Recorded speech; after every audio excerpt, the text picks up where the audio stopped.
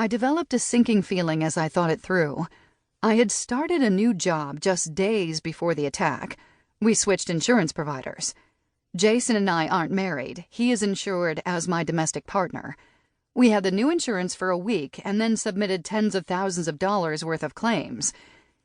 It was possible that the missing start date was the result of an errant keystroke in a call center, but my instinct was that an algorithm had singled us out for a fraud investigation, and the insurance company had suspended our benefits until their inquiry was complete. My family had been red flagged. Since the dawn of the digital age, decision-making in finance, employment, politics, health, and human services has undergone revolutionary change. 40 years ago, nearly all of the major decisions that shape our lives, whether or not we are offered employment, a mortgage, insurance, credit, or a government service, were made by human beings.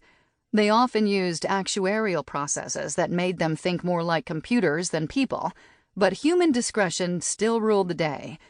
Today, we have ceded much of that decision-making power to sophisticated machines. Automated eligibility systems, ranking algorithms, and predictive risk models control which neighborhoods get policed, which families attain needed resources, who is shortlisted for employment, and who is investigated for fraud. Healthcare fraud is a real problem.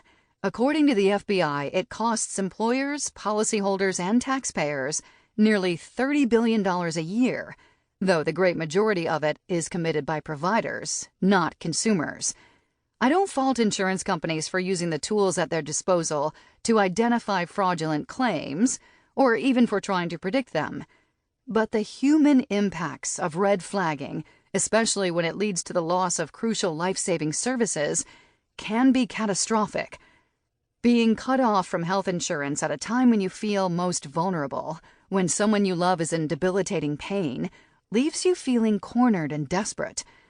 As I battled the insurance company, I also cared for Jason, whose eyes were swollen shut and whose reconstructed jaw and eye sockets burned with pain. I crushed his pills, painkiller, antibiotic, anti-anxiety medications, and mixed them into his smoothies. I helped him to the bathroom. I found the clothes he was wearing the night of the attack and steeled myself to go through his blood-caked pockets. I comforted him when he awoke with flashbacks.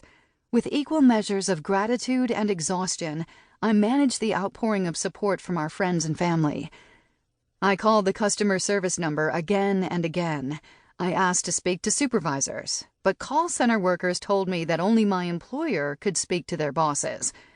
When I finally reached out to the human resources staff at my job for help, they snapped into action. Within days, our insurance coverage had been reinstated. It was an enormous relief, and we were able to keep follow-up medical appointments and schedule therapy without fear of bankruptcy.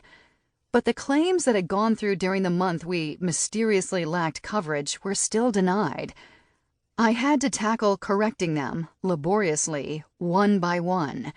Many of the bills went into collections. Each dreadful pink envelope we received meant I had to start the process all over again.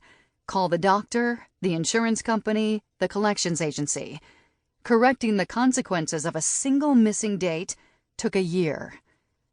I'll never know if my family's battle with the insurance company was the unlucky result of human error, but there is good reason to believe that we were targeted for investigation by an algorithm that detects healthcare fraud. We presented some of the most common indicators of medical malfeasance. Our claims were incurred shortly after the inception of a new policy. Many were filed for services rendered late at night.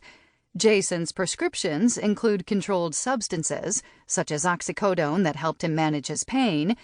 We were in an untraditional relationship that could call his status as my dependent into question. The insurance company repeatedly told me that the problem was the result of a technical error, a few missing digits in a database. But that's the thing about being targeted by an algorithm. You get a sense of a pattern in the digital noise, an electronic eye turned toward you, but you can't put your finger on exactly what's amiss. There is no requirement that you be notified when you are red flagged. There is no sunshine law that compels companies to